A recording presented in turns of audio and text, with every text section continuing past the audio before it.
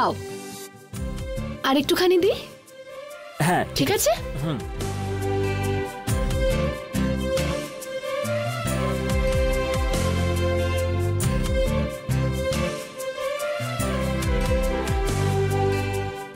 আমি সারা জীবনে এরকম খাবার খাইনি, বিশ্বাস করো। তুমি আমাকে খুব ভালোবাসো, তাই না?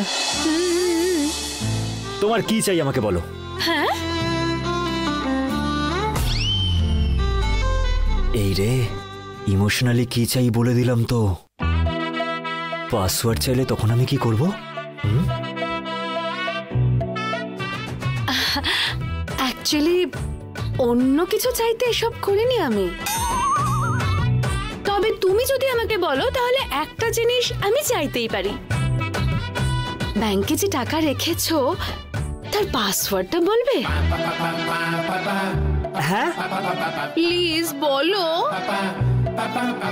খাবারগুলো এখনো গলায় আটকে আছে,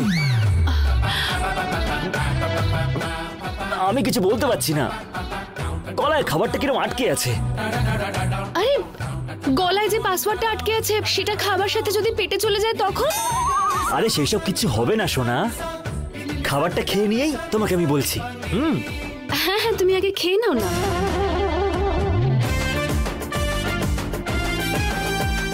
পাসওয়ার্ডটা দেবে বলেছো বলে তোমার জন্য আমি এত রান্না বান্না করেছি।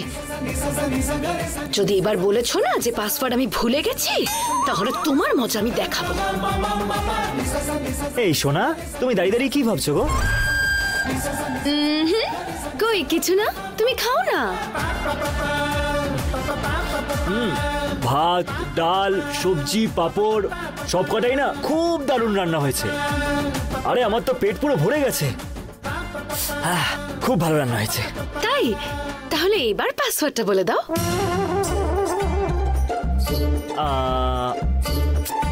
খাবার খাওয়ার পর এক গ্লাস ঘোল খেলে কেমন হয়? বেশ ভালো হবে, তাই না? ঘোল খাবে? এক্ষুনি নিয়ে আসছি।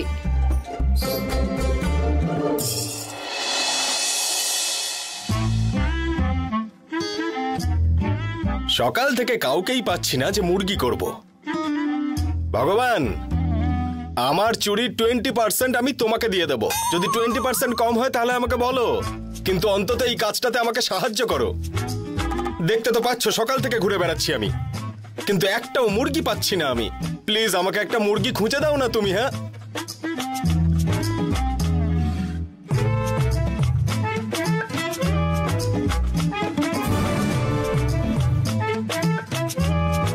এই তো একটা মুরগি পেয়েছি, এবার এটাকে ফাঁসাবো আমি।